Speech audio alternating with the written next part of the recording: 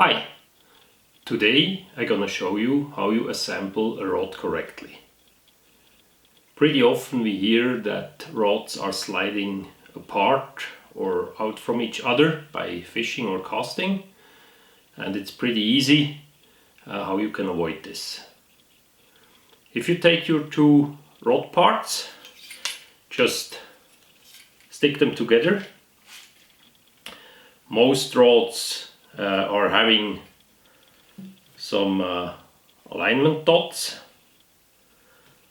and make sure you have about 45 degrees that you can twist the rod. Just take the rod on the two blank parts, do not grip on the rings, that you don't crack the rings, and just twist them together until they're pretty nice aligned. Or if you do not have dots, just have a look over the rod rings like this if it's correct. That's actually it. And if you quit fishing, just do opposite. Just twist the rod the other way around. You put it together and just take it apart. And that's it. Like this you have more fun out there fishing and less rods sliding apart. Thanks and enjoy.